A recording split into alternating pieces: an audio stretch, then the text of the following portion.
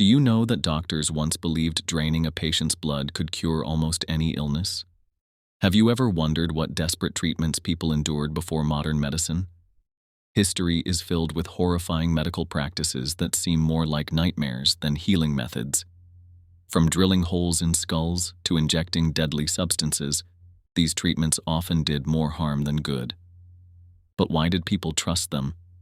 And how did they finally end? Let's uncover the most disturbing medical practices of the past. Number 1. Bloodletting. Bloodletting was one of the most common medical treatments for centuries, based on the belief that illnesses were caused by an imbalance of the four humors: blood, phlegm, black bile, and yellow bile. Physicians used knives or leeches to drain blood from patients, often weakening them further. This practice was used to treat fevers, infections, and even mental illnesses. It persisted for thousands of years, even contributing to the death of George Washington in 1799 due to excessive blood loss. Number 2. Trepanation. Trepanation is one of the oldest known surgical procedures, dating back thousands of years. It involved drilling or cutting a hole into the skull, often to relieve pressure, cure epilepsy, migraines, or release evil spirits. Evidence from archaeological findings suggests that some patients survived the procedure as their skulls showed signs of healing. However, many likely died from infections or brain trauma. Despite its dangers, trepanation continued in some cultures well into the 19th century as a medical treatment. Number 3. Lobotomies. Lobotomies were introduced as a treatment for severe mental illnesses like schizophrenia and depression. The procedure involved severing connections in the prefrontal cortex, often using a sharp tool inserted through the eye socket. Initially hailed as a breakthrough, it left many patients permanently disabled, emotionally unresponsive, or in a vegetative state. The practice became widespread, with tens of thousands undergoing the operation before it was largely abandoned in favor of psychiatric drugs. Its devastating effects left a lasting mark on medical ethics. Number 4. Heroin as medicine. Heroin was originally developed by the pharmaceutical company Bayer in 1898 as a supposedly non-addictive alternative to morphine. It was widely prescribed for coughs, colds, and pain relief, even for children and infants. However, its highly addictive properties soon became evident, leading to widespread heroin dependency. By the early 20th century, medical professionals recognized its dangers, and governments worldwide began restricting its use. Despite this, heroin addiction remains a major issue, with its origins rooted in this early medical misjudgment. Number 5. Mercury as a cure-all. For centuries, mercury was used as a treatment for various ailments, including syphilis, parasites, and even depression. It was applied as an ointment, inhaled as a vapor, or ingested as a liquid, often leading to severe poisoning. Symptoms of mercury toxicity included neurological damage, organ failure, and insanity.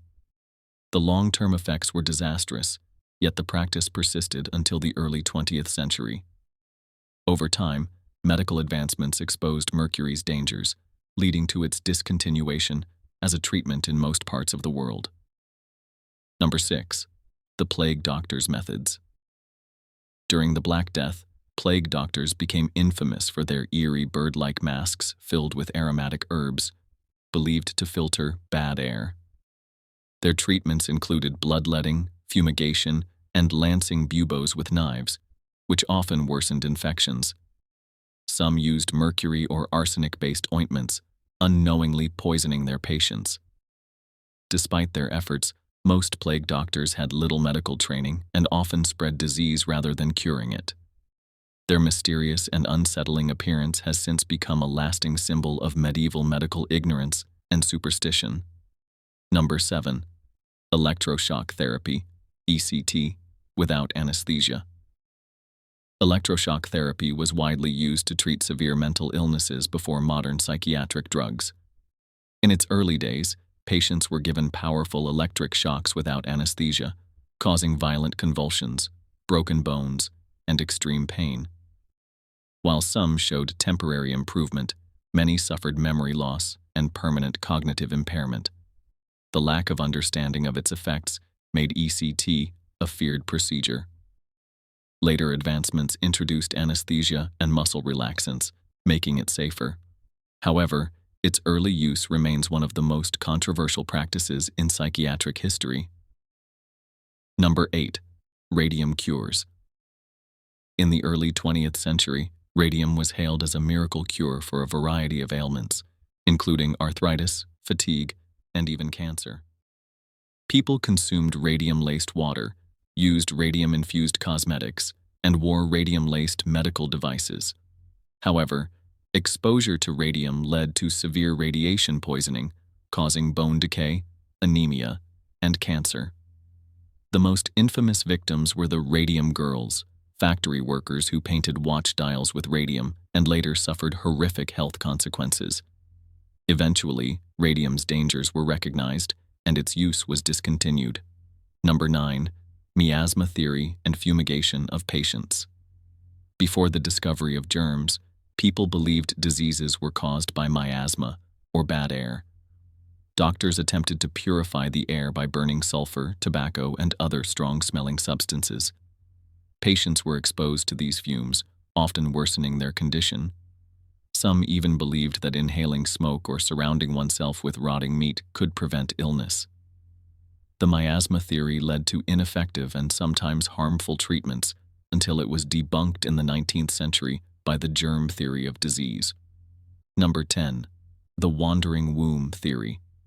Ancient Greek physicians, including Hippocrates, believed that a woman's womb could wander around her body, causing hysteria, anxiety, and other ailments. To cure this, doctors recommended pregnancy, marriage, or fumigating the patient's body with foul odors to scare the womb back into place. Treatments also included herbal remedies and manual manipulation. This misogynistic theory persisted for centuries and contributed to the mistreatment of women's health issues. It wasn't until modern medical advancements that such beliefs were finally abandoned. Number 11. Tobacco smoke enemas. In the 18th century, doctors believed that blowing tobacco smoke into a patient's rectum could revive drowning victims and cure a variety of illnesses, including colds and digestive issues. The smoke was thought to stimulate respiration and circulation. Medical kits with bellows were even placed along riverbanks for resuscitation attempts. However, as knowledge of tobacco's toxic effects grew, the practice fell out of favor. The phrase, blowing smoke up one's ass, is said to have originated from this bizarre treatment. Number 12. Forced sterilizations. Throughout the 20th century, governments around the world conducted forced sterilization programs as part of eugenics movements. These programs targeted people deemed unfit to reproduce, including those with disabilities, mental illnesses, or from marginalized communities. Countries like the US, Sweden, and Germany sterilized thousands without consent. Victims often suffered severe trauma and lifelong consequences. Although many of these programs were later condemned, some policies persisted into the late 20th century, leaving a dark legacy in medical and human rights history. Number 13. Drinking human remedies. During the 16th to 18th centuries, corpse medicine was a common practice in Europe. People consumed ground-up mummies, drank human blood, or used powdered skulls to treat epilepsy, headaches, and other ailments. Some believed that fresh blood, particularly from executed criminals, had healing properties. Physicians also prescribed human fat for wounds and joint pain.